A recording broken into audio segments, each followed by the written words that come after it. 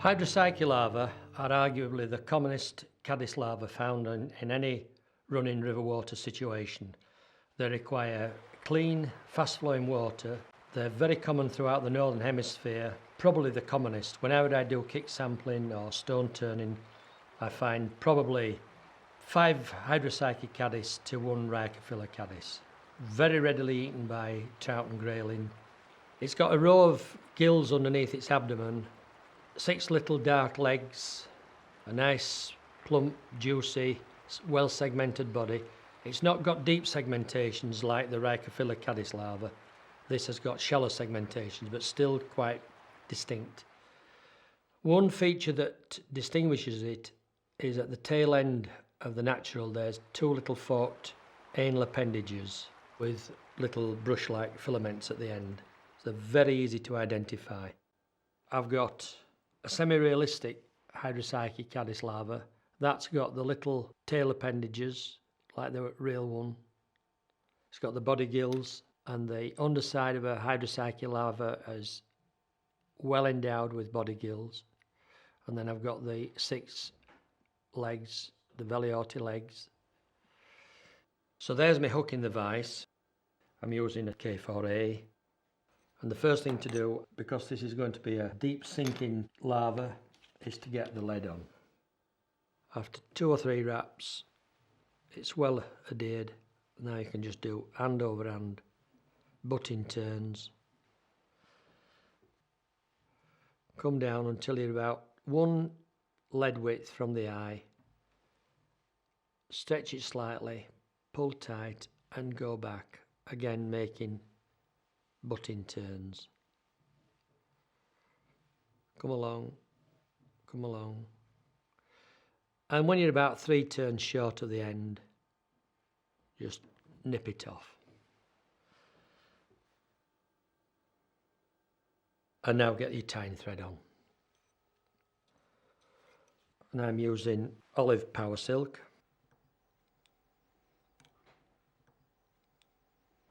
Now I'm going to just slightly re-angle that in the jaws, just turn it down a little bit, because I'm working right round this bend here. Just trim off that waste. Bring the thread way round the corner, well round the bend. And now tie in your little tail appendage. For this I'm using a filer plume from a partridge feather. If you take any partridge body feather out, you will find adhering to it a little filer plume. It's like a little downy feather, almost like a marabou plume. Just tweak that off the parent feather. Strip off some of the lower fibres so that you've got a little tying tag.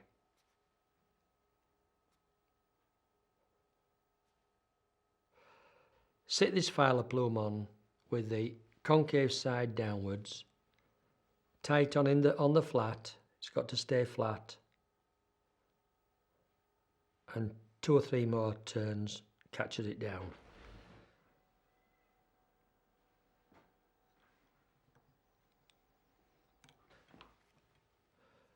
And then with your scissors, just take out the centre.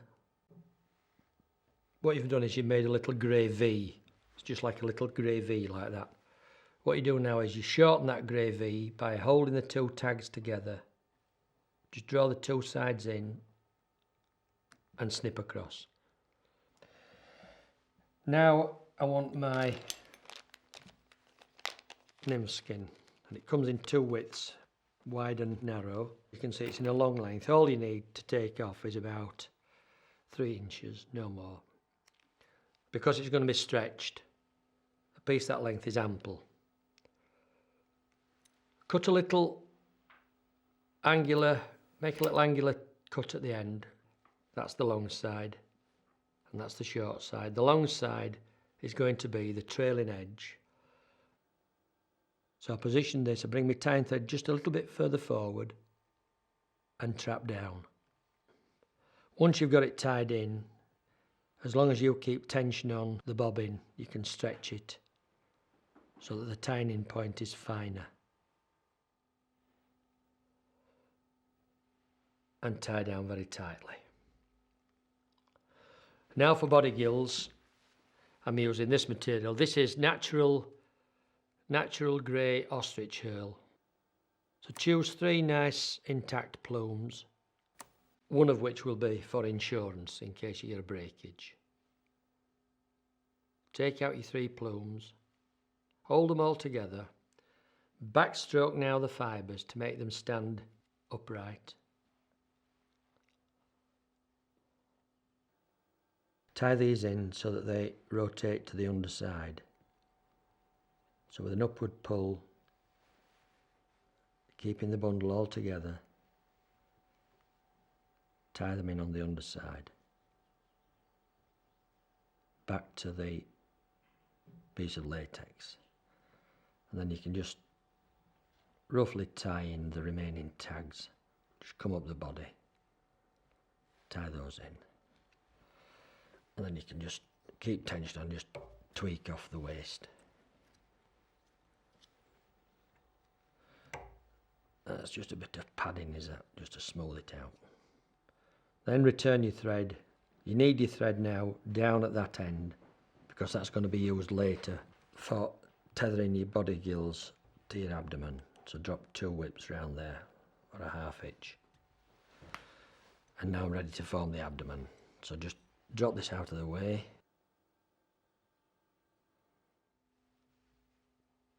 And now take your nymph skin.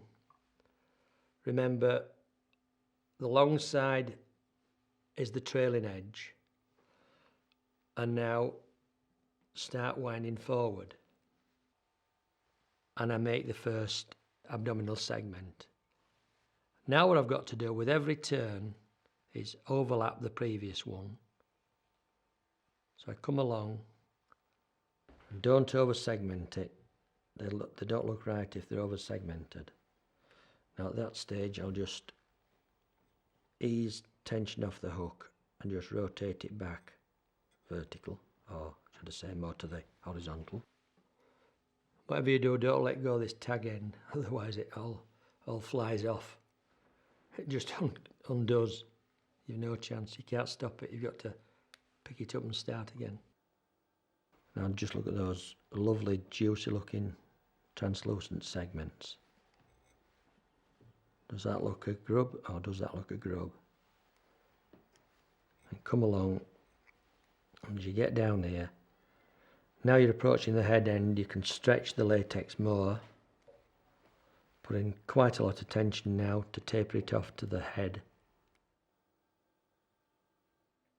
When I get down to the front, I have now to present a thread there to tie it in. So I pick my bobbin up, it could be any thread really, but I've just got spiderweb handy. Just trap the spiderweb between the index finger and the middle finger. Keep tension on the nymph skin. Just peel off thread and make a catch. Wrap round, round, round, round, round, several times until the thread catches.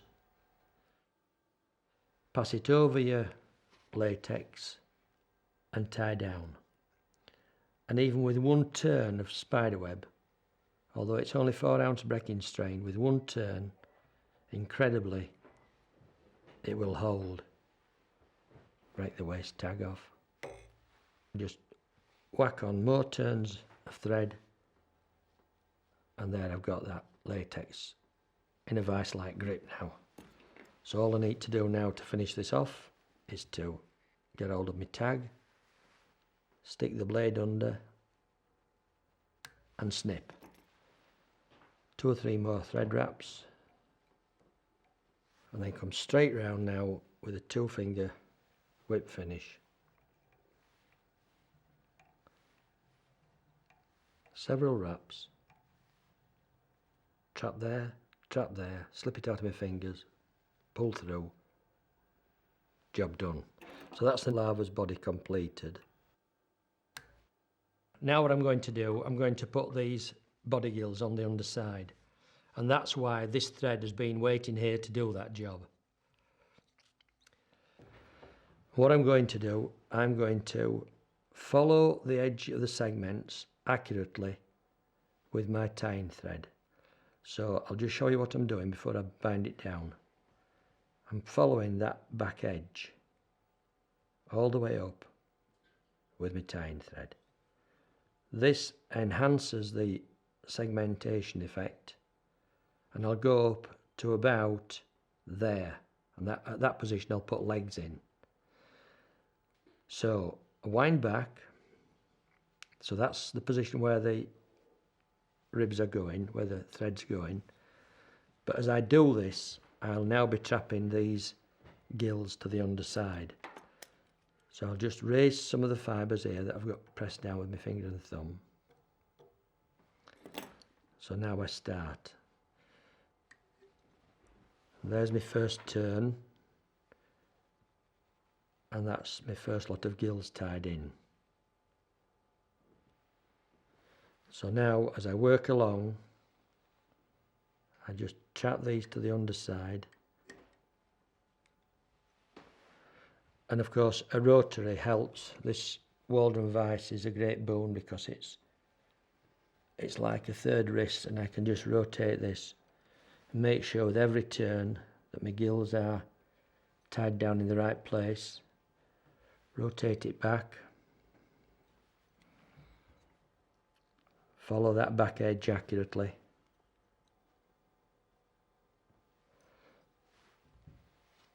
pull on the thread. This raises the gills, rotate it again, pull on the thread, and following that edge accurately. Make sure your gills are central.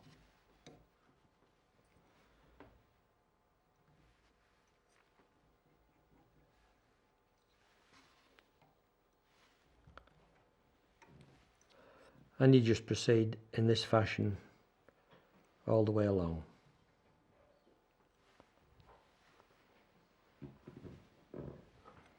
And you can actually feel the thread sort of click over the edge and drop into the groove. And this is looking quite good. And I've one more turn to make. So that's far enough with the body gills. So now all you do is you take your scissors and just sever those off. And just trim that up a bit neater there. And now I'll just push these fibres vertical. They just tend to migrate down a little bit to the sides. And they're all now on the underside, and it should look like a continuous frill all the way on the underside of the nymph, of the larva. For the legs, I'm stripping off fibres from a golden pheasant tail, not by pulling down in that direction, but by stripping across like that, and the result is a row of hooked little legs, curved little legs. Take a couple off. Now what you've also got to do is you've got to decide which way you want your legs to slope. Do you want them curving forwards like that, which I think look good, or do you want them curving backwards like that, which also looks good? So it's your choice. What you want to try to avoid is some forward and some back. So pick my first leg up at the back of my thread, feed it over to the far side against the tension of the thread, and place it there. Pick the next one up and place it at this side. And they've gone on nice. Just want to now ease the far one further over to the other side, so I'll do that with the point of my scissors. You can sometimes just drag it over like that. Then when you've got them sighted correctly, all you do now is just get hold of the tip of the fibre and just drag through to set the leg length. Do the same on this one. And then once you're happy with the position, You just pull on the thread and up come the legs. Because what you're doing is you're crushing it into that yielding material, this latex. And then you spiral forward into the next groove, keeping tension on your bobbin. And then you take your scissors and you just come in at the back side and trim off the waist and trim off the waist there. So there's your first pair of legs. Pick up another one, pass it over to the far side, make sure it's in line with its partner. Pick up another one, put it on this side.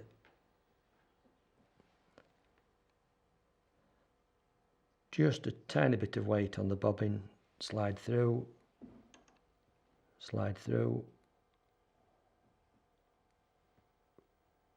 pull on the thread, just push that one back a little bit, pull on the thread, up they come, spiral forward into the next groove,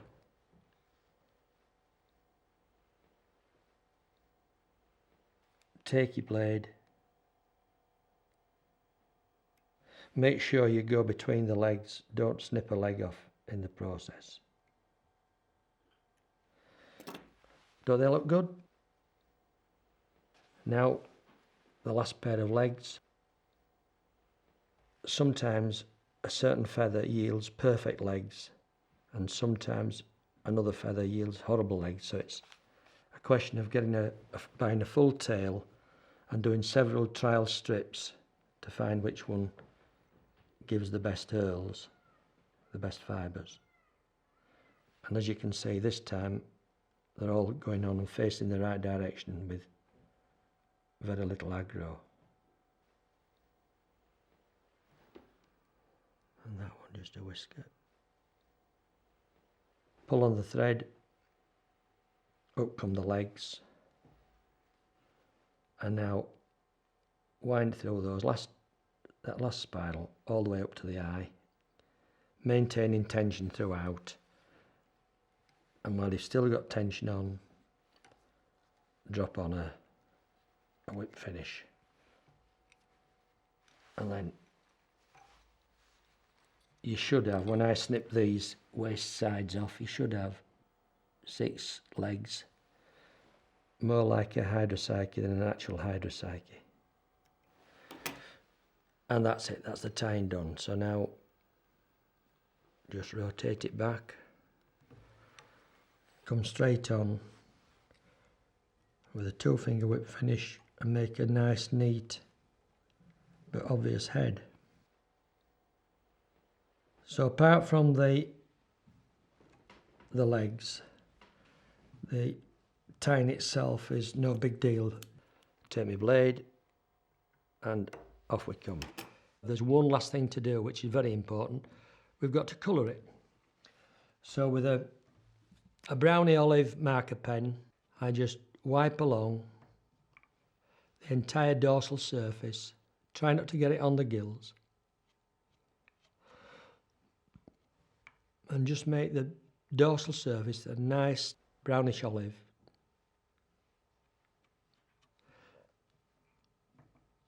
And that bit up at the thorax, I always blacken. I blacken the thoracic area up to where the legs are.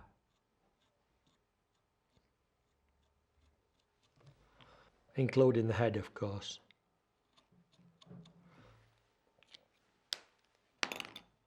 Just a touch of head cement, give it a little glossy bounce. So there you are. That's a fairly realistic or a super impressionistic Hydropsyche larva.